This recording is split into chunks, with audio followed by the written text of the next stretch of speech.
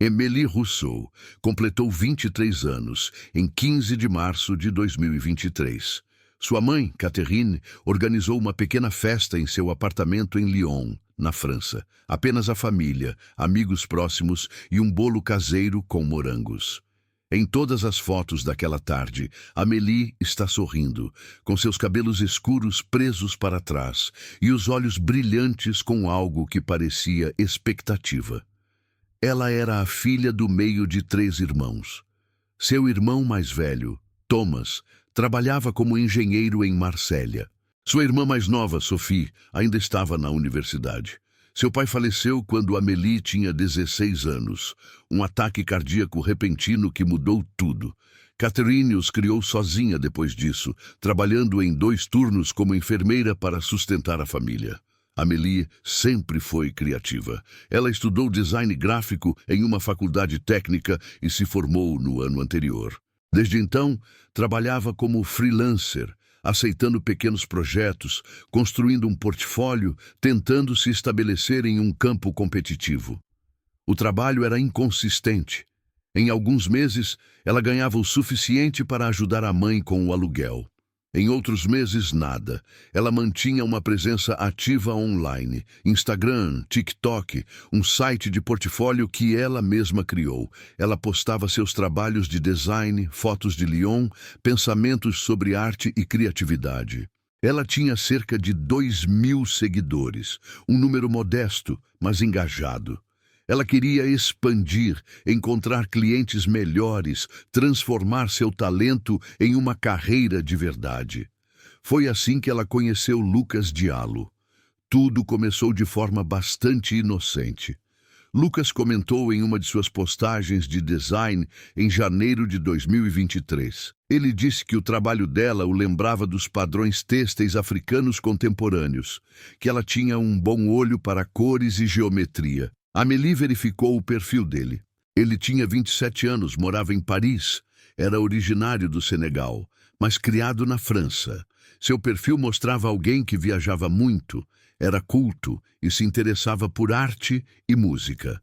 Ele trabalhava com marketing digital, ou pelo menos era o que dizia. Eles começaram a trocar mensagens. No início, era apenas sobre design, processos criativos, tentar ter sucesso no mundo artístico. Então as conversas se aprofundaram. Lucas contou a ela sobre ter crescido entre 2 culturas, sobre se sentir desconectado de sua herança senegalesa, sem nunca ser totalmente aceito como francês. Amélie compartilhou suas próprias dificuldades com a perda do pai, com a pressão financeira, com a tentativa de provar seu valor profissionalmente. Em poucas semanas, eles estavam conversando todos os dias. Videochamadas, mensagens de voz, longas conversas por mensagem até tarde da noite. Lucas se tornou alguém em quem Amélie confiava. Ele lhe dava conselhos sobre clientes. Ele a encorajava quando ela duvidava de si mesma. Ele compartilhava oportunidades de que tinha ouvido falar em Paris. Ele dizia que ela estava desperdiçando seu talento em Lyon, que Paris era onde ela precisava estar. Amélie começou a chamá-lo de seu irmão virtual. Ela contou à mãe sobre ele, embora tenha minimizado o quanto eles se tornaram próximos. Catherine era cautelosa. Ela já tinha ouvido histórias sobre pessoas que não eram quem diziam ser online. Mas Amélie insistiu que Lucas era genuíno. Eles faziam videochamadas regularmente. Ela tinha visto o apartamento dele, conhecido seus amigos na tela, ouvido ele falar com colegas durante chamadas de trabalho. No final de março, Lucas fez uma proposta. Havia uma conferência de design em Paris no início de abril. Várias agências importantes estariam presentes, procurando talentos freelancers. Ele poderia conseguir um ingresso com desconto para ela através da empresa dele. Ela poderia ficar com ele por alguns dias, economizar dinheiro em hotéis, fazer contatos, talvez conseguir alguns clientes reais. Amélie estava hesitante. Sua mãe ficaria preocupada. Parecia um grande passo viajar para Paris para ficar com alguém que ela nunca tinha conhecido pessoalmente. Mas Lucas fez com que parecesse tão razoável. Ele tinha um apartamento de 2 quartos. Sua namorada, Marianne, também estaria lá. Eram apenas alguns dias, uma oportunidade profissional. Catherine não gostou da ideia. Ela disse a Amélie que parecia precipitado, que ela mal conhecia essa pessoa, que Paris era cara e imprevisível. Mas Amélie tinha 23 anos. Ela era adulta. Ela se sustentava sozinha há 1 ano. Ela queria essa chance. Em 5 de abril de 2023, Amélie comprou uma passagem de trem de Lyon para Paris. Ela partiu no dia 8 de abril, um sábado de manhã. Catherine a levou até a estação Pardieu. Elas se abraçaram na plataforma. Catherine fez Amélie prometer que entraria em contato todos os dias, que enviaria o endereço onde ficaria hospedada e que tomaria cuidado. Amélie riu, disse à mãe que ela se preocupava demais, beijou sua bochecha e embarcou no trem. A viagem até Paris leva pouco menos de 2 horas. Amélie postou no Instagram durante a viagem uma foto da zona rural francesa passando rapidamente pela janela. Legenda: novas aventuras. Grata pelas oportunidades. Ela chegou à estação Gare de Lyon às 11h47. Lucas deveria encontrá-la lá. Ela mandou uma mensagem para ele quando desceu do trem. Ele respondeu imediatamente. Estava atrasado, preso no trânsito. Ela poderia esperar no café dentro da estação. Ele estaria lá em 30 minutos. Amélie pediu um café e sentou-se perto da janela, observando os viajantes passarem apressados. Ela mandou uma mensagem para a mãe. Cheguei bem. Estou esperando Lucas. Ligo mais tarde. Catherine respondeu. Cuide-se. Amo você. Às 12h20, Lucas enviou outra mensagem. Ele estava do lado de fora. Um Citroën azul estacionado perto do ponto de táxi. Amélie pegou sua bolsa e saiu. Câmeras de segurança a filmaram saindo da estação, puxando sua pequena mala atrás de si, com o telefone na outra mão. Ela encontrou o Citroën azul. O motorista acenou. Ela entrou. Essa foi a última vez que Amélie Rousseau foi vista com vida. Durante o resto do sábado, Amélie enviou mensagens ocasionais para sua mãe. Mensagens curtas. No apartamento é legal. Vou almoçar. Descansando antes da noite. Catherine respondia todas as vezes, fazendo perguntas, querendo detalhes. As respostas de Amélie ficaram mais curtas, mais demoradas. No sábado à noite, as mensagens pararam. Catherine tentou ligar. Caiu na caixa postal. Ela enviou mensagens de texto. Nenhuma resposta. Ela disse a si mesma para não entrar em pânico. Amélie estava ocupada. Ela estava em Paris, provavelmente saindo com Lucas e seus amigos, com a bateria do celular descarregada ou no modo silencioso. Chegou a manhã de domingo. Ainda nada. Catherine ligou novamente. Caixa postal. Ela enviou várias mensagens de texto. Amélie, por favor, responda. Estou ficando preocupada. Só me diga que você está bem. Nada. No domingo à tarde, a preocupação de Catherine se transformou em algo mais sombrio. Isso não era típico de Amélie. Mesmo quando estava ocupada, mesmo quando estava chateada, ela sempre respondia eventualmente. Sempre. Catherine ligou para Thomas, o irmão mais velho de Amélie. Ele tentou acalmá-la. Amélie provavelmente estava bem, apenas envolvida na vida parisiense. Talvez seu celular realmente estivesse quebrado, mas Catherine não conseguia se livrar da sensação. Algo estava errado. Na manhã de segunda-feira, 10 de abril, Catherine entrou em contato com a polícia de Lyon. Ela queria registrar um boletim de ocorrência por desaparecimento. O policial de plantão foi indiferente. Sua filha estava em Paris há menos de 72 horas. Ela era adulta. Provavelmente tinha apenas esquecido de carregar o celular. Os jovens iam para Paris o tempo todo e perdiam a noção do tempo. Catherine insistiu. O policial anotou as informações básicas, mas deixou claro que isso não era uma prioridade. Amélie provavelmente apareceria em 1 ou 2 dias, envergonhada com toda a confusão. Catherine desligou o telefone, sentindo-se impotente e furiosa. Ela ligou para Thomas novamente. Eles decidiram tomar o assunto em suas próprias mãos. Thomas tirou uma folga do trabalho. Ele e Catherine dirigiram até Paris na tarde de segunda-feira, uma viagem de 4 horas e meia saindo de Lyon.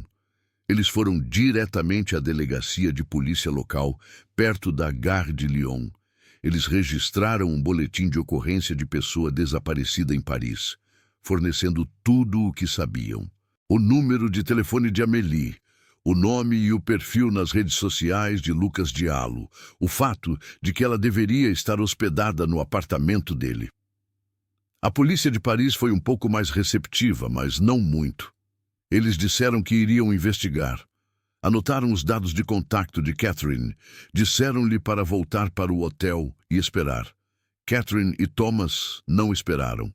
Imprimiram fotos de Amélie, centenas delas. Passaram a terça-feira a andar pela Gare de Lyon, mostrando a foto de Amélie aos funcionários da estação, aos taxistas, aos empregados dos cafés. Alguém se lembrava de a ter visto? Uma jovem, cabelo escuro, mala pequena, sábado de manhã? Ninguém se lembrava. Milhares de pessoas passam por aquela estação todos os dias. Na quarta-feira, 12 de abril, a polícia finalmente agiu. Eles entraram em contato com Lucas Diallo. Ele concordou em ir à delegacia para ser interrogado. Lucas chegou com um advogado. Ele foi cooperativo, educado, aparentemente confuso sobre o motivo de estar ali. Sim, ele conhecia a Amélie Rousseau. Eles eram amigos online. Sim, ela deveria visitar Paris. Mas ela havia cancelado no último minuto. Ela havia enviado uma mensagem para ele no sábado de manhã, dizendo que algo havia acontecido, que ela não poderia ir, que sentia muito. A polícia pediu para ver as mensagens. Lucas as mostrou. Lá em seu telefone estava uma mensagem do número de Amélie enviada às 11h55 do sábado. Ei, sinto muito. Surgiu um imprevisto com a família. Não posso viajar. Explicarei mais tarde. Lucas afirmou que respondeu, desejando-lhe tudo de bom e dizendo para ela entrar em contato quando pudesse. Ele disse que nunca mais teve notícias dela. Não tinha ideia de que ela estava desaparecida. Parecia genuinamente preocupado. A polícia verificou sua história. Eles confirmaram seu endereço. Perguntaram sobre seus movimentos naquele fim de semana. Lucas disse que ficou em casa a maior parte do sábado e depois saiu com amigos no sábado à noite. Ele forneceu nomes. Tudo parecia bater. Eles o deixaram ir. Catherine ficou arrasada. A mensagem de texto que Lucas mostrou à polícia não fazia sentido. Amélie estava animada com a viagem. Por que ela cancelaria? E se ela cancelou, para onde ela foi depois de sair da Gare de Lyon? A polícia disse a Catherine que continuaria investigando, mas, sem evidências de crime, não havia muito que pudessem fazer. Amélie era adulta. Ela aparentemente havia mudado seus planos. Talvez tivesse conhecido outra pessoa. Talvez tivesse decidido explorar Paris sozinha. Talvez tivesse tido um colapso nervoso e precisasse de espaço. Catherine sabia que nada disso era verdade. Ela conhecia sua filha. Algo terrível havia acontecido e a polícia não estava levando isso a sério. Na quinta-feira, 13 de abril, 5 dias após o desaparecimento de Amélie, Catherine tomou uma decisão. Ela contratou um detetive particular, um homem chamado Michel Beaumont, especializado em casos de pessoas desaparecidas. Ele era caro, mas Catherine não se importava. Ela esgotaria suas economias se fosse necessário. Michel começou onde a polícia deveria ter começado. Ele pegou as imagens de vigilância da Gare de Lyon. Ele rastreou os movimentos de Amélie quadro a quadro. E ele encontrou algo que a polícia havia deixado passar. Às 12h21 do dia 8 de abril, as câmeras de segurança mostraram Amélie caminhando em direção ao ponto de táxi. Às 12h23, ela foi vista entrando em um Citroën azul. A placa do carro estava parcialmente visível em um dos quadros. Michel verificou a placa. Ela estava registrada em nome de uma locadora de veículos em Paris. Ele entrou em contato com eles. Sim, eles haviam alugado aquele carro em 7 de abril. O nome do locatário era Lucas Diallo. Isso significava que Lucas havia mentido. Ele não estava preso no trânsito. Ele estava lá. Ele a havia buscado. E então alegou que ela havia cancelado a viagem antes de chegar. Michel levou essa prova à polícia na sexta-feira, 14 de abril. Finalmente, eles começaram a tratar o desaparecimento de Amélie como uma investigação criminal. As imagens de vigilância mudaram tudo. Lucas Diallo tinha ido buscar Amélie à estação. Ele tinha ido embora com ela, no seu Citroën alugado, e depois tinha dito à polícia que ela tinha cancelado antes de chegar. Não tinha sido um mal-entendido. Tinha sido uma mentira deliberada. Na tarde de sexta-feira, 14 de abril, a polícia de Paris chamou Lucas para uma segunda entrevista. Desta vez, eles não estavam perguntando. Eles estavam exigindo respostas. Lucas manteve a compostura. Ele admitiu que havia cometido um erro. Sim, ele havia buscado Amélie. Ele havia se esquecido disso na confusão da primeira entrevista. Eles foram para o apartamento dele. Conversaram por cerca de 1 hora. Então Amélie recebeu um telefonema. Ela ficou chateada. Disse que precisava ir embora, que havia uma emergência familiar. Ele se ofereceu para levá-la de volta à estação. Mas ela insistiu em pegar o metrô. Ela saiu por volta das 2 da tarde. Essa foi a última vez que ele a viu. Os investigadores pediram seu endereço. Lucas forneceu um apartamento no 19º arrondissement, perto do Parque de la Villette. Eles pediram permissão para revistá-lo. Lucas concordou. Ele não tinha nada a esconder. 2 detetives foram ao apartamento naquela noite. Era um modesto apartamento de 1 quarto no 4º andar, de um prédio que já havia visto dias melhores. Limpo, com poucos móveis. Nenhum sinal de luta, nenhuma evidência óbvia. Eles coletaram amostras mesmo assim, cabelos do ralo do banheiro, fibras do sofá. Eles fotografaram tudo. Catherine esperava em seu hotel, com o telefone na mão, rezando por notícias. Thomas sentou-se ao lado dela, exausto, irritado, impotente. Michel Beaumont, o detetive particular, disse-lhes para se prepararem para um longo processo. A coleta de provas leva tempo. Os resultados do laboratório levam semanas, mas pelo menos agora a polícia estava levando o caso a sério. Na segunda-feira, 17 de abril, Michel fez outra descoberta. Ele estava investigando o passado de Lucas Diallo, indo além do que era visível nas redes sociais. O que ele descobriu fez seu sangue gelar. Lucas Diallo não era quem dizia ser. O emprego em marketing digital? Inventado. Michel entrou em contato com a empresa para a qual Lucas supostamente trabalhava. Eles nunca tinham ouvido falar dele. Os colegas que apareceram nas videochamadas com Amélie? Michel encontrou os perfis deles nas redes sociais. Eram pessoas reais, mas não conheciam Lucas. De alguma forma, ele havia gravado ou manipulado imagens para fazer parecer que fazia parte do círculo profissional deles. Mais perturbador foi o que Michel encontrou nos registros policiais. 3 anos antes, em 2020, uma mulher chamada Salma Benoit havia registrado uma queixa contra Lucas. Ela o conhecera online. Ele a convidara para ir a Paris para o que chamava de oportunidade profissional. Ela aceitou. De acordo com seu depoimento, Lucas ficou agressivo quando ela tentou sair do apartamento dele.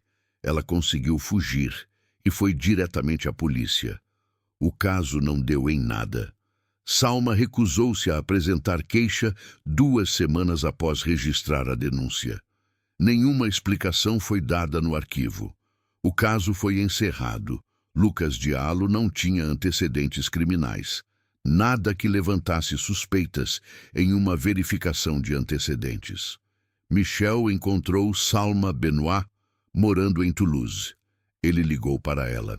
Ela relutou em falar no início, mas quando Michelle explicou que outra jovem havia desaparecido depois de conhecer Lucas, Salma concordou em falar. Ela contou a Michelle o que realmente havia acontecido. Lucas não havia sido fisicamente violento, mas havia sido psicologicamente manipulador. Ele trancou a porta do apartamento. Ele pegou o telefone dela, alegando que precisava verificar uma coisa. Ele fez comentários sobre como ela estava longe de casa, como ninguém sabia onde ela estava, como ela deveria ser grata por sua hospitalidade. Salma ficou apavorada. Ela só conseguiu sair porque Lucas adormeceu e ela encontrou seu telefone e a chave da porta. Depois que ela registrou o boletim de ocorrência, Lucas entrou em contato com ela várias vezes. Ele pediu desculpas, disse que estava bêbado, que nunca teve a intenção de assustá-la. Então, as mensagens se tornaram ameaçadoras. Ele sabia onde a família dela morava. Ele tinha fotos dela que poderia postar online, fotos embaraçosas que ela não se lembrava de ele ter tirado. Se ela prosseguisse com a denúncia, ele arruinaria sua reputação. Salma tinha 20 anos. Ela entrou em pânico, retirou a queixa, mudou-se para Toulouse para fugir de Paris, dele, da memória. Nunca contou toda a história à sua família. Tentou esquecer que aquilo tinha acontecido. Agora, ao saber do caso de Amélie, Salma ficou devastada. Ela tinha deixado ele escapar impune, e agora outra pessoa estava desaparecida. Michelle levou essa informação à polícia imediatamente. Eles chamaram Lucas novamente na terça-feira, 18 de abril. Eles o confrontaram com o depoimento de Salma. Lucas negou tudo. Ele alegou que Salma era mentalmente instável, que ela era obcecada por ele, que suas acusações eram fantasias. Seu advogado exigiu provas. Sem provas físicas, sem acusações em seu histórico, era apenas a palavra dele contra a dela. Mas a polícia estava prestando atenção agora. Eles começaram a investigar mais a fundo. Verificaram os registros financeiros de Lucas. Em 8 de abril, o dia em que Amélie desapareceu, Lucas fez várias compras. Uma loja de ferragens no 20º arrondissement, produtos de limpeza, lonas plásticas, sacos de lixo resistentes. Mais tarde, naquele mesmo dia, uma farmácia. Bandagens, antisséptico, analgésicos. Quando questionado sobre essas compras, Lucas tinha explicações. Ele estava fazendo reparos em casa. Ele cortou a mão em um azulejo quebrado. Tudo tinha uma explicação inocente. A polícia revistou seu apartamento novamente. Desta vez, eles usaram luminol. Em seu quarto, perto do armário, houve uma reação. Traços fracos de sangue que haviam sido limpos. Não o suficiente para uma análise de DNA do próprio chão, mas o suficiente para saber que alguém havia sangrado ali e alguém havia limpado. Eles arrancaram as tábuas do piso. Debaixo delas, incrustado nas fendas, encontraram o que procuravam: ADN. Enviaram-no para análise urgente. Catherine recebeu a chamada a 21 de abril. O ADN encontrado no apartamento de Lucas Diallo era compatível. Pertencia a Amélie Rousseau. A sua filha tinha estado naquele apartamento. Tinha sangrado naquele apartamento. E Lucas havia mentido sobre tudo. 22 de abril de 2023. Lucas Diallo foi preso em seu local de trabalho, um café onde trabalhava meio período como barista. A carreira em marketing digital era pura ficção. Ele ganhava o salário mínimo, servindo café para turistas e estudantes no Quartier Latin. Ele não resistiu, não pareceu surpreso. Simplesmente pousou o café expresso que estava a preparar, tirou o avental e deixou os agentes algemá-lo. Na esquadra, Lucas invocou o seu direito ao silêncio. O seu advogado, um defensor público chamado Antoine Mercier, aconselhou-o a não dizer nada, mas Lucas parecia querer falar. Renunciou ao seu direito ao silêncio. Admitiu que Amélie tinha estado no seu apartamento. Admitiu que ela se tinha ferido lá. Mas foi um acidente, ele insistiu. Eles estavam bebendo vinho. Amélie ficou tonta, caiu e bateu a cabeça na quina da cômoda dele. Havia sangue. Lucas entrou em pânico. Em vez de chamar uma ambulância, ele tentou limpá-la sozinho. Ela parecia bem depois de alguns minutos. Ela insistiu que estava bem. Ela saiu do apartamento por conta própria. Essa era a verdade. Os investigadores não acreditaram nele. A análise do padrão de sangue sugeria o contrário. A quantidade de sangue, o local, as evidências de limpeza exaustiva, nada disso batia com a história dele de uma queda leve. Eles obtiveram mandados para o telefone e o laptop de Lucas. O que encontraram confirmou suas piores suspeitas. Nas semanas antes da chegada de Amélie, Lucas havia feito pesquisas que revelavam um planejamento cuidadoso. Como se livrar de um corpo em Paris. Áreas isoladas perto de Paris. As câmeras de segurança gravam na floresta de Fontainebleau. Ele havia pesquisado produtos de limpeza químicos, especificamente aqueles que eliminavam evidências de DNA. Ele havia consultado horários de trens para a Bélgica e a Alemanha, provavelmente rotas de fuga. Em seu laptop, eles encontraram uma pasta contendo fotos de mulheres jovens. Não eram imagens pornográficas, mas capturas de tela de contas de mídia social. 23 mulheres diferentes. Os arquivos datavam dos últimos 2 anos. Cada pasta continha detalhes biográficos que Lucas havia compilado. Onde elas moravam, onde trabalhavam, seus interesses, suas vulnerabilidades. A pasta de Amélie era a mais extensa. Ele havia salvo todas as postagens que ela fez no Instagram. Ele havia documentado suas dificuldades financeiras, a morte de seu pai, o horário de trabalho de sua mãe. Ele havia criado um perfil psicológico. Ele sabia exatamente o que dizer para ganhar a confiança dela. Havia outras pastas que perturbavam ainda mais os investigadores. Mulheres que haviam desaparecido de Paris nos últimos 3 anos. Não eram casos de grande repercussão, nem mulheres cujo desaparecimento havia virado notícia nacional, mas mulheres à margem da sociedade. Uma profissional do sexo chamada Clarice, que havia desaparecido em 2021. Uma imigrante sem documentos do Marrocos chamada Amina, que havia desaparecido em 2022. Lucas tinha pastas sobre ambas. O detetive Julien Marchand, investigador principal, levou isso imediatamente ao promotor. Eles acreditavam estar lidando com um predador em série. Amélie poderia não ser sua primeira vítima. A promotora, uma mulher chamada Isabelle Fournier, analisou as provas. Elas eram convincentes, mas circunstanciais. O DNA provava que Amélie estivera no apartamento e sangrara lá. O histórico de pesquisa mostrava planejamento. As pastas mostravam comportamento obsessivo, mas eles não tinham um corpo. Não tinham a arma do crime, não tinham testemunhas. E a história de Lucas, por mais improvável que parecesse, não podia ser definitivamente refutada. A lei francesa exige provas substanciais para acusações de homicídio sem um corpo. A promotora Fournier decidiu acusar Lucas de sequestro e detenção ilegal, enquanto continuavam investigando.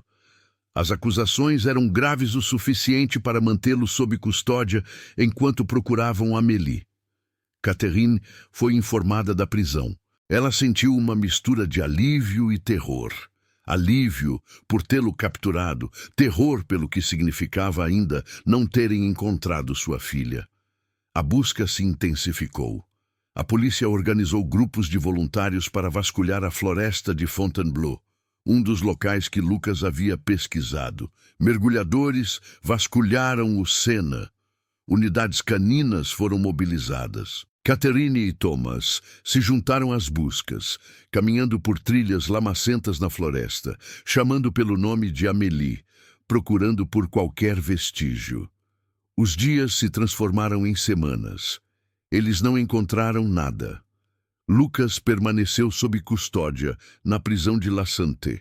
Seu advogado entrou com moções contestando as provas. O DNA poderia ser explicado pela história do acidente. As pesquisas na internet poderiam ser explicadas como curiosidade mórbida, pesquisa para um romance policial que ele alegava estar escrevendo. As pastas com fotos de mulheres podiam ser explicadas como uma triste obsessão, mas não como prova de ação criminosa. Em 20 de maio, 6 semanas após o desaparecimento de Amélie, Lucas foi levado ao tribunal para uma audiência de detenção. O promotor Fournier argumentou que ele representava risco de fuga e perigo à segurança pública. A defesa argumentou que as provas eram insuficientes, que Lucas havia cooperado totalmente e que mantê-lo indefinidamente sem um corpo ou arma do crime violava seus direitos. O juiz analisou o caso. Ele concordou que as provas eram preocupantes, mas reconheceu as complexidades legais. Ele ordenou que Lucas permanecesse sob custódia, mas marcou outra audiência para 15 de junho.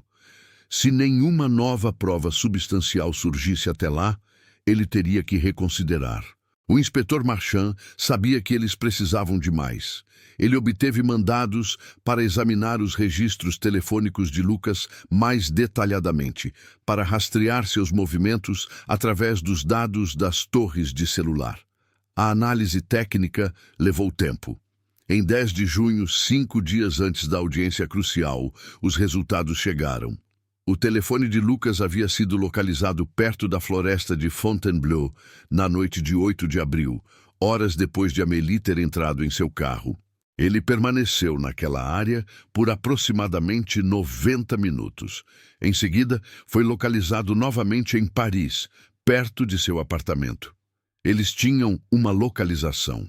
A polícia mobilizou uma busca massiva na área onde o telefone dele havia estado.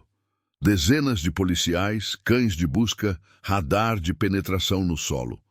Em 13 de junho, 2 dias antes da audiência, eles encontraram algo. Uma área revolvida a cerca de 2 quilômetros da estrada principal, acessível apenas por uma trilha estreita. Os cães alertaram. Eles começaram a escavar. Catherine recebeu a ligação naquela noite. Eles haviam encontrado restos mortais parciais. O processo de identificação levaria tempo, mas eles a preparavam para a possibilidade. Na manhã seguinte, Catherine desmaiou em seu quarto de hotel. O estresse, a dor, o trauma contínuo de 2 meses haviam cobrado seu preço. Thomas a levou às pressas para o Hôpital Pitié-Salpêtrière. Ela foi tratada por exaustão aguda e ansiedade severa. Enquanto Catherine estava no hospital, a equipe forense trabalhou durante toda a noite. Os registros dentários foram comparados. Amostras de DNA foram analisadas rapidamente. Em 15 de junho, na manhã da audiência de detenção de Lucas, os resultados foram confirmados. Os restos mortais encontrados na floresta de Fontainebleau pertenciam a Amélie Rousseau. A causa da morte não pôde ser determinada devido ao estado dos restos mortais, mas as circunstâncias não deixavam dúvidas. Foi um assassinato. Lucas Diallo foi formalmente acusado de homicídio. O juiz ordenou que ele fosse mantido sem fiança até o julgamento. Parecia que a justiça finalmente seria feita. Mas então aconteceu algo que assombraria Catherine pelo resto de sua vida. Algo que permitiria que um assassino saísse em liberdade. 18 de junho de 2023. 3 dias depois de Lucas Diallo ter sido formalmente acusado de homicídio, seu advogado apresentou uma moção de emergência. Antoine Mercier havia encontrado algo no arquivo do caso que mudou tudo. O mandado de busca para o apartamento de Lucas, que levou à descoberta do DNA de Amélie, tinha uma falha crítica. O mandado foi emitido com base na análise das imagens de vigilância de Michel Beaumont, que mostravam que Lucas havia mentido sobre ter pegado Amélie. No entanto, o juiz que assinou o mandado não havia sido informado de que Michel era um investigador particular que trabalhava para a família, e não um policial. A lei processual penal francesa é rigorosa quanto à cadeia de custódia e à autorização adequada. As provas obtidas por investigadores particulares não podem ser utilizadas para estabelecer causa provável para um mandado, a menos que sejam seguidos determinados protocolos. Esses protocolos não foram seguidos. A polícia agiu com base nas descobertas de Michel, sem a devida revisão judicial. Mercier argumentou que todo o caso era fruto da árvore envenenada. As provas de DNA, as buscas no laptop, os registros telefônicos, tudo isso resultou de um mandado obtido ilegalmente. Sem essas provas, não havia caso. A promotora Fournier rebateu. Ela argumentou que as provas teriam sido descobertas inevitavelmente através do trabalho policial padrão. Ela argumentou que a gravidade do crime superava a tecnicidade processual. Ela argumentou que libertar Lucas seria uma injustiça. A audiência ocorreu em 22 de junho. Catherine, ainda fraca devido à sua internação no hospital, sentou-se na galeria do tribunal. Thomas segurou sua mão. Eles assistiram enquanto os advogados discutiam sobre procedimentos e protocolos, enquanto os restos mortais de Amélie aguardavam no necrotério por um enterro adequado. O juiz Henri Blanchard presidiu a audiência. Ele era conhecido como um intérprete rigoroso da lei, um homem que acreditava que as regras existiam por motivos importantes. Ele ouviu ambos os lados. Ele revisou a jurisprudência. Ele fez um intervalo para refletir. Quando voltou, sua expressão estava sombria. Ele decidiu que o mandado havia sido obtido de forma indevida. As provas de DNA eram inadmissíveis. Os dados do laptop e do telefone eram inadmissíveis. Sem essas provas, a acusação tinha apenas elementos circunstanciais. As mentiras de Lucas, suas pesquisas na internet encontradas por outros meios, e os dados de localização que mostravam que ele estava perto da floresta. Não era suficiente para uma condenação por homicídio. A lei francesa exige provas substanciais. O juiz decidiu que a acusação não tinha cumprido esse requisito de acordo com os padrões de provas admissíveis. Mas ele não libertou Lucas imediatamente. Ele reconheceu a gravidade da situação. Ordenou que Lucas fosse mantido em prisão preventiva por mais 30 dias, enquanto os promotores tentavam reconstruir o caso usando apenas provas obtidas de forma adequada. Ele advertiu que, se nada substancial surgisse, não teria outra escolha a não ser ordenar a libertação de Lucas. Catherine gritou no tribunal. Thomas teve que contê-la fisicamente quando ela se lançou em direção a Lucas, que estava sentado sem expressão na mesa da defesa. Os seguranças intervieram. Catherine foi escoltada para fora, soluçando arrasada. Os 30 dias seguintes foram agonizantes. A polícia refaz todos os passos, tentando encontrar provas que não tenham sido contaminadas pelo erro processual. Eles reentrevistam as testemunhas. Eles procuram os conhecidos de Lucas. Eles voltaram à floresta de Fontainebleau com equipamentos mais sofisticados.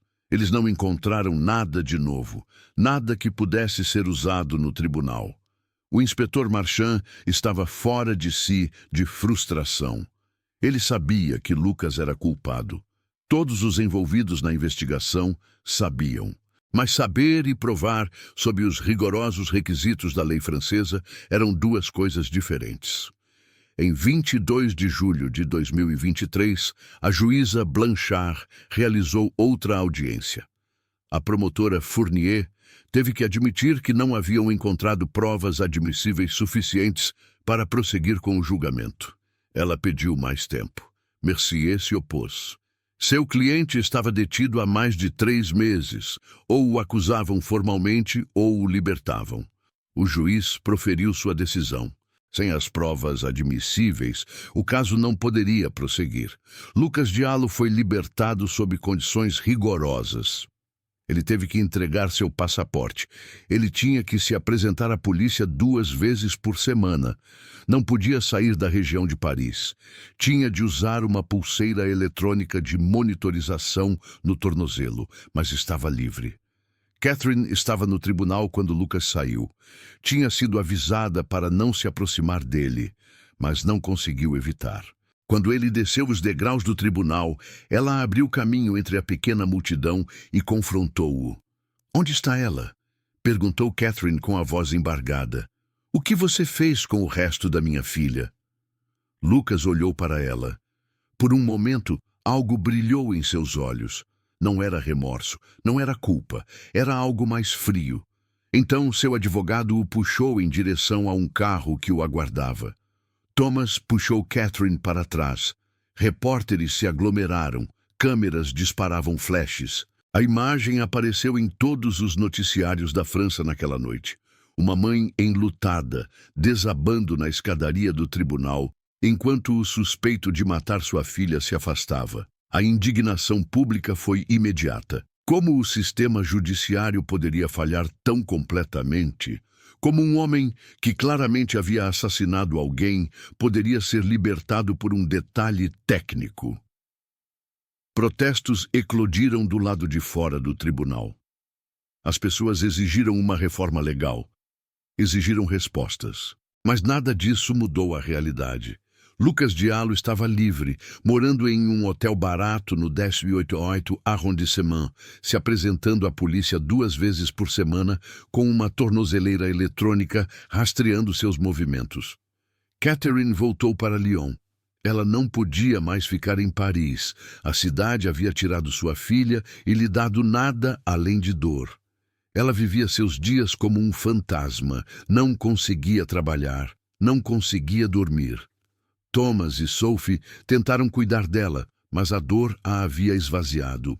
Amélie foi enterrada em 5 de agosto de 2023. Uma pequena cerimônia em Lyon. O caixão estava fechado. O que havia sido encontrado de Amélie não era suficiente para permitir o velório. Catherine colocou rosas no caixão, a flor favorita de Amélie. De volta a Paris, Lucas mantinha a aparência de obediência. Ele se apresentava à polícia dentro do prazo. Seu monitor de tornozelo mostrava que ele permanecia dentro da área permitida. Mas o inspetor Marchand tinha um mau pressentimento. Algo no comportamento de Lucas nos check-ins. Muito calmo, muito confiante. Em 14 de agosto, os temores de Marchand se confirmaram. Lucas Diallo não compareceu ao check-in programado. A polícia foi ao hotel dele. Ele não estava lá. Seu quarto havia sido esvaziado dias antes. O monitor de tornozelo foi encontrado em uma lixeira perto da estação Gare du Nord, ainda transmitindo do mesmo local onde estava nas últimas 48 horas. Lucas descobriu como removê-lo sem acionar um alarme imediato. Ele tinha sumido, desaparecido. Apesar das supostas salvaguardas, apesar do monitoramento, Lucas Diallo havia desaparecido.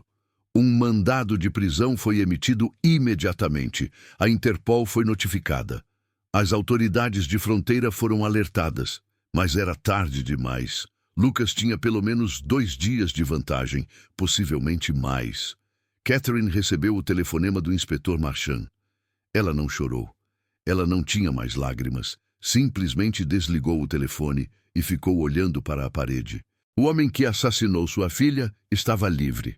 E ninguém sabia onde ele estava. 15 de agosto de 2023. As autoridades francesas lançaram uma caçada nacional. A fotografia de Lucas Diallo apareceu em todos os canais de notícias. Sua descrição foi distribuída em estações de trem, aeroportos e terminais de ônibus.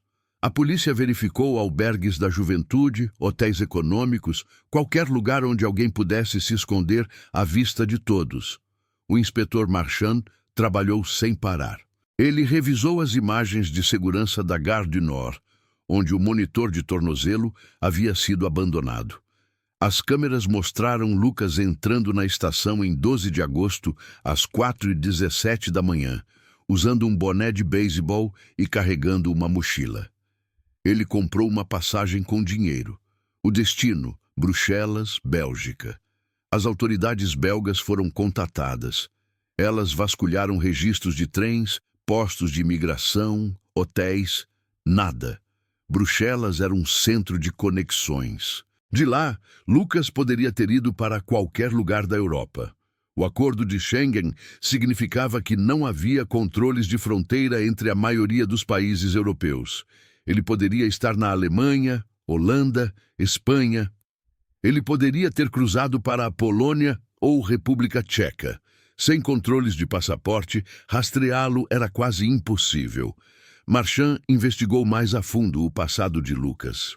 Seu pai, Amadou Diallo, havia retornado ao Senegal 15 anos antes, após se divorciar da mãe francesa de Lucas.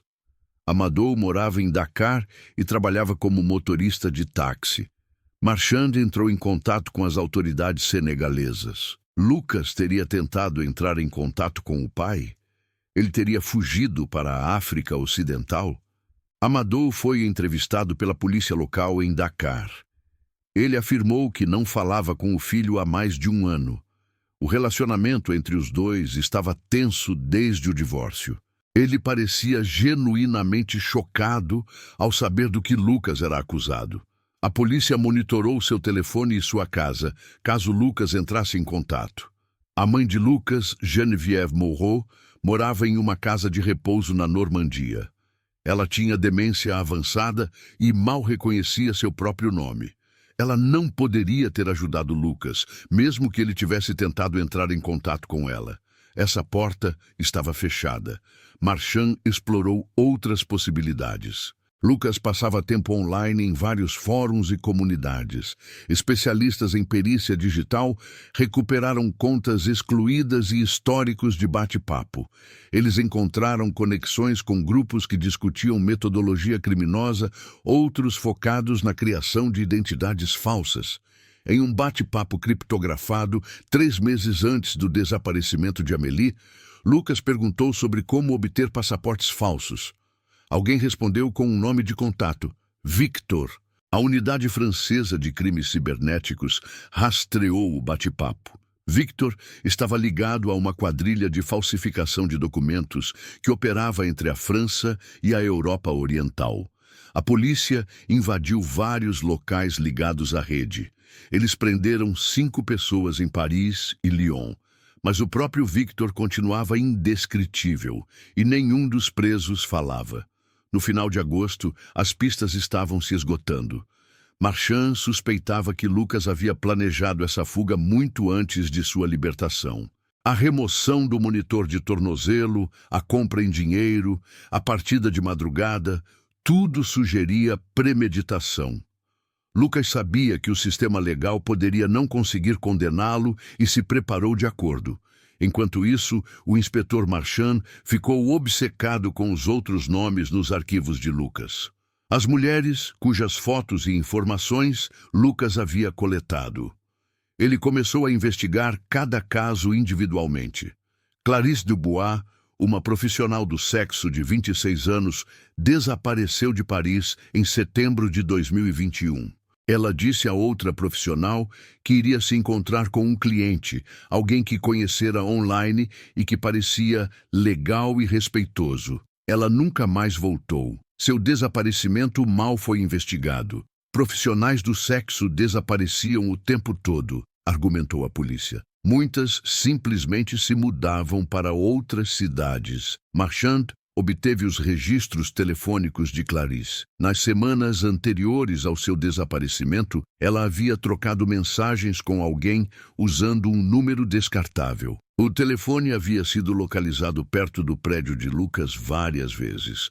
O número havia sido desativado dias depois do desaparecimento de Clarisse.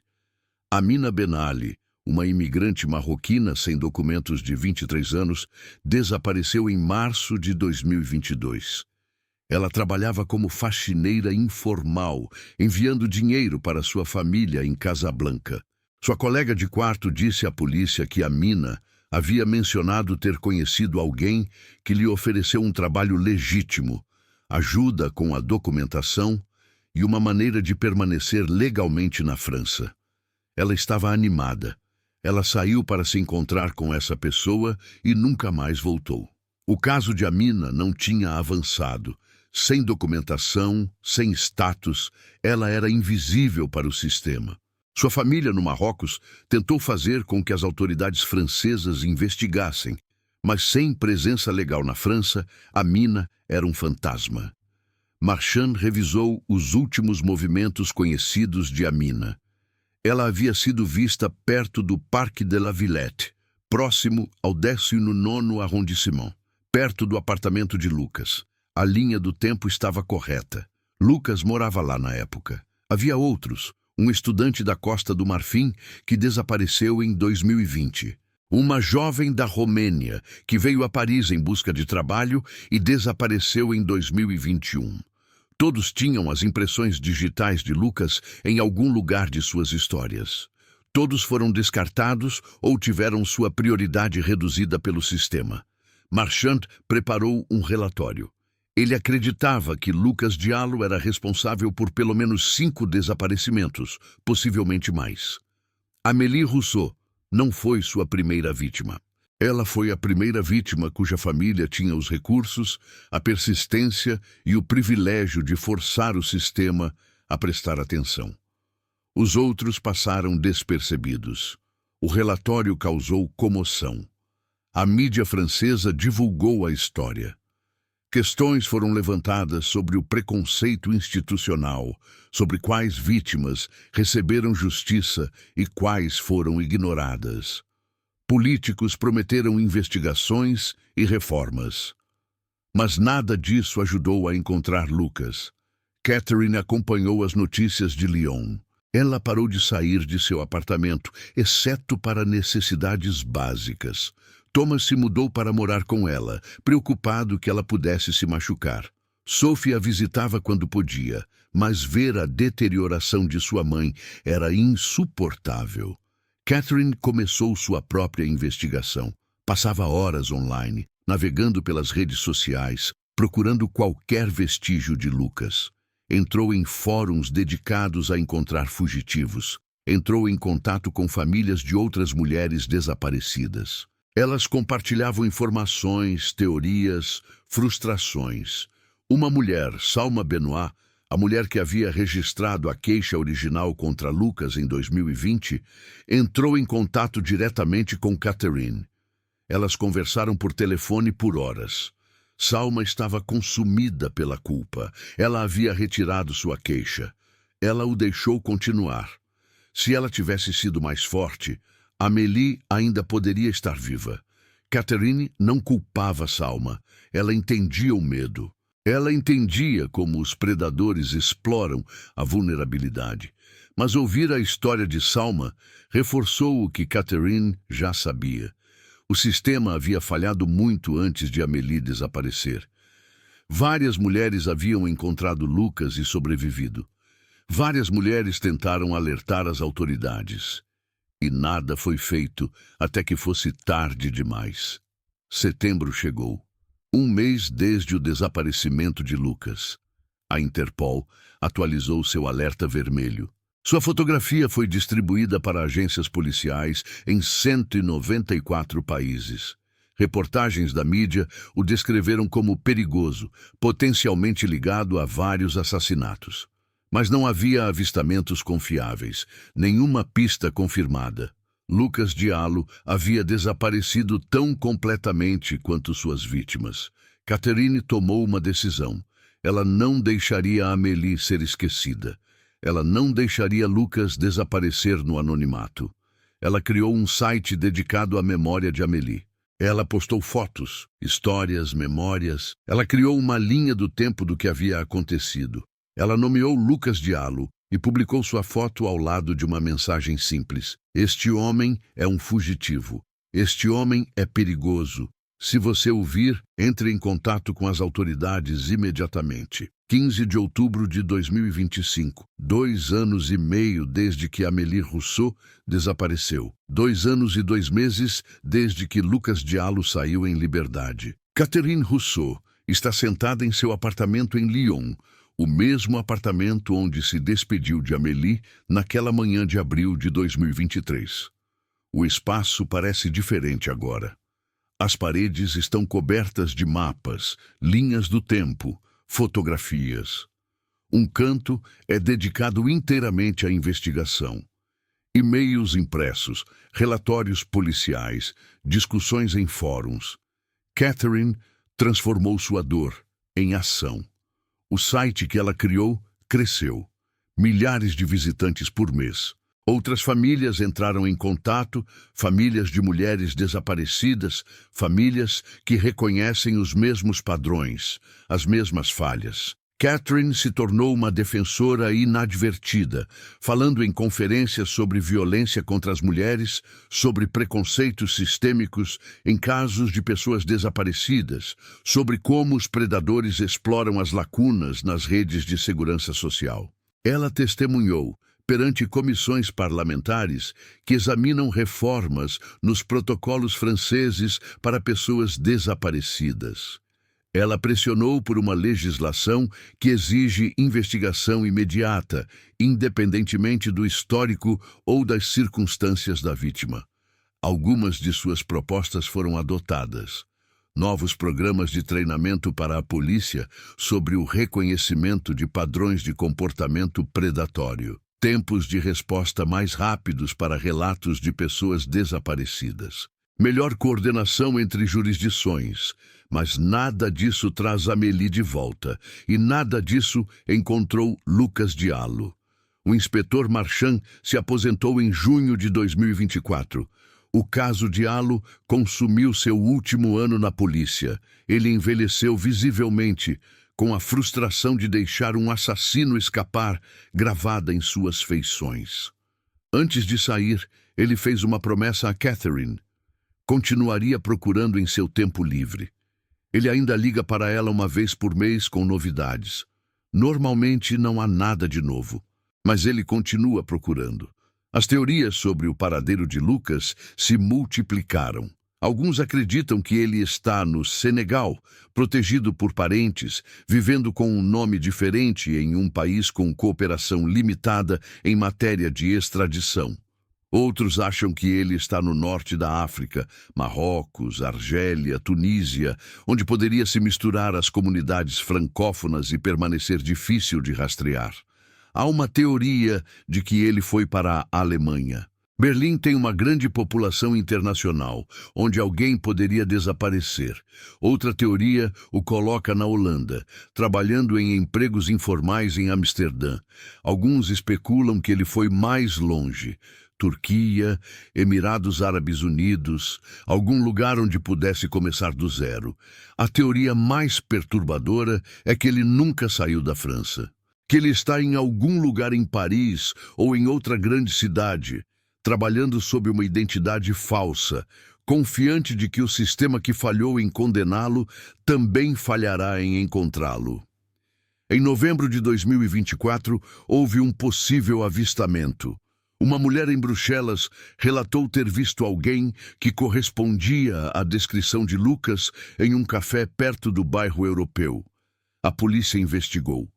O homem foi interrogado. Não era Lucas. Alarme falso. Houve dezenas de alarmes falsos. As famílias das outras vítimas suspeitas se encontraram através do site de Catherine, a irmã de Clarice Dubois, Marie, o primo de Amina Benali, Hassan, que viajou do Marrocos, a mãe de Helena Popescu, a mulher romena que desapareceu em 2021. Elas compartilham informações, apoiam-se mutuamente e mantêm pressão sobre as autoridades para que tratem esses casos como relacionados.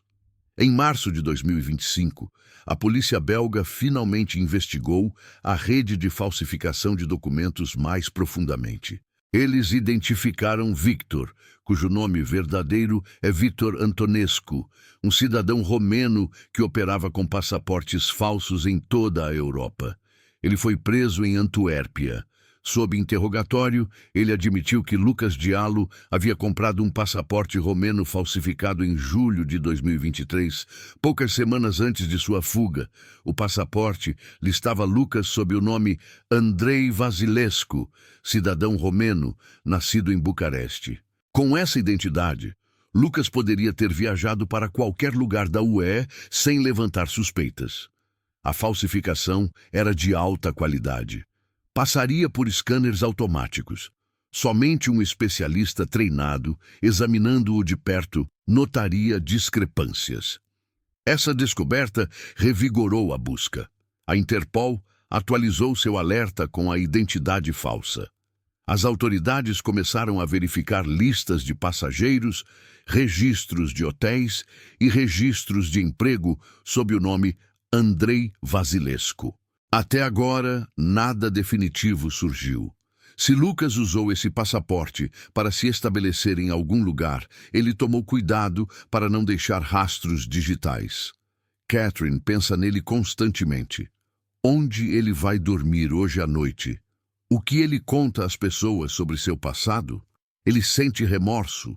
Ele pensa em Amélie. Ele se lembra das outras mulheres. Ela está conectada com organizações internacionais de direitos das vítimas. Ela aprendeu sobre outros casos, outros predadores que escaparam da justiça cruzando fronteiras. O problema é maior do que Lucas Diallo. O sistema tem fraquezas estruturais que permitem que pessoas perigosas desapareçam, recomeçam e encontrem novas vítimas em novos lugares. Thomas tentou convencer Catherine a recuar, a se concentrar na cura em vez da caçada. Mas ela não consegue.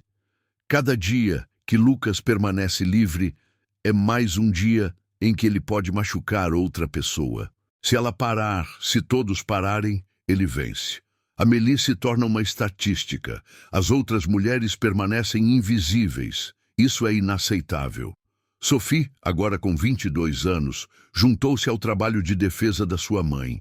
Ela fala em universidades sobre segurança online, sobre reconhecer a manipulação, sobre confiar nos instintos. Ela conta a história de Amélie para salas cheias de jovens mulheres que podem ser as próximas. A resposta é sempre a mesma. Resistência inicial. Isso não poderia acontecer comigo.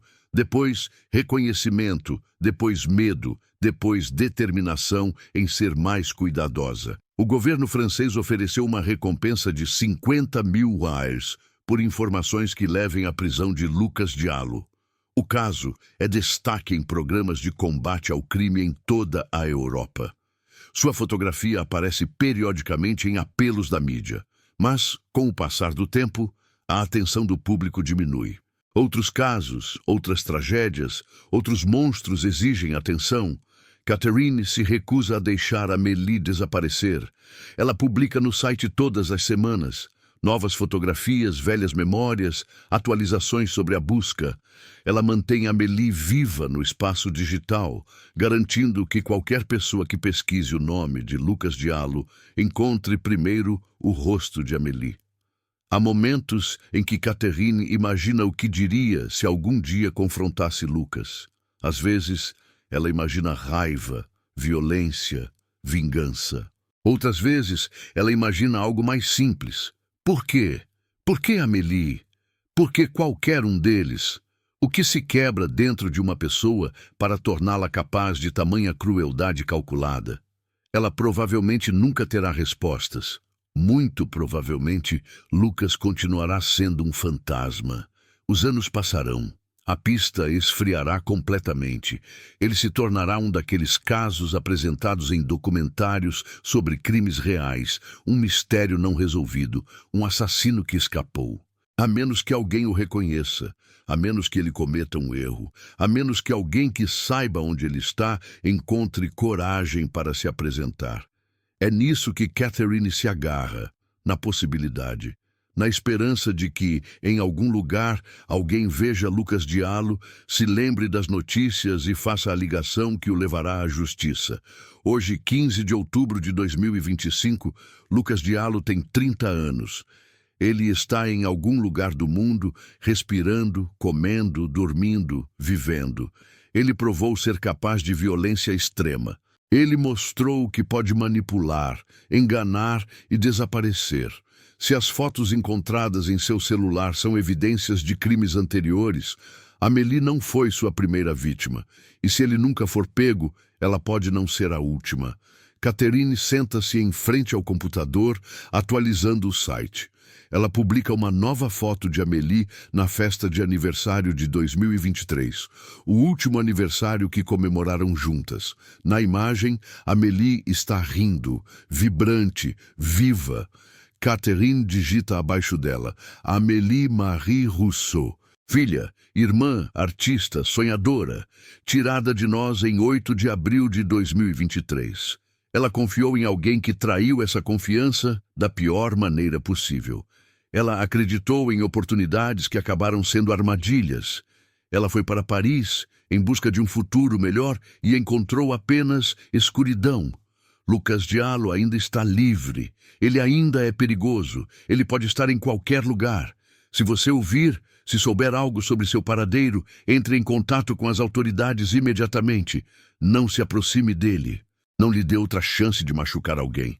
Lembre-se de Amélie, lembre-se de Clarice, lembre-se de Amina, lembre-se de todas as mulheres que foram esquecidas, descartadas, apagadas.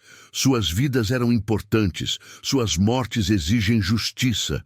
Não deixe que ele vença ao ser esquecido. Catherine clica em publicar. Ela se levanta, faz café, olha pela janela para Lyon à luz da tarde. Em algum lugar, Lucas Diallo está olhando por uma janela diferente, vivendo uma vida que roubou ao tirar a vida de outras pessoas. Mas Catherine não desistiu. Ela não vai desistir, nem hoje, nem amanhã. Não até que haja justiça para sua filha. A busca continua.